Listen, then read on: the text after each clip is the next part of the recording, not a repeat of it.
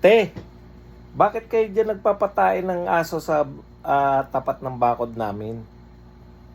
Hindi nyo naman bakod yan, no? Kaya pala, kayo pala nag-ano riyan sa bakod namin.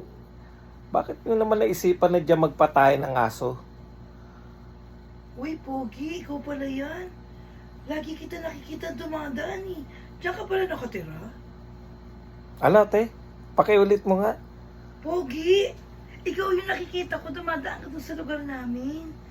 Dito ka pala nakatira? Oo, te, dito ako. Saan mo ba ako nakikita? Dumadaan ka dun sa mayarap ng bahay namin. Ang pogi mo pala, pag malapitan.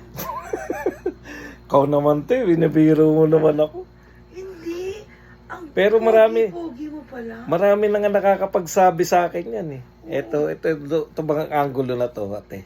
Oo, yan. Sumide view ka pa. Yan. Oo, yan, yung forma na yan. Napaka-pogi mo pala. Ikaw naman, te. Kaya lang,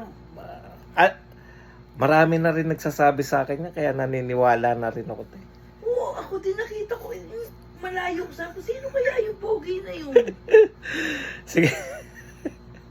Sige na, te. Okay na yan yung mga aso mo. Ako na maglilinis niyan mamaya. Salamat, Pogi. Baka may iba ka pang aso. Oo, sige bukas. Dadaan ulit kami dito. Bye-bye, Pogi. Sige, te. Thank you, te, ha. Pogi ko talaga.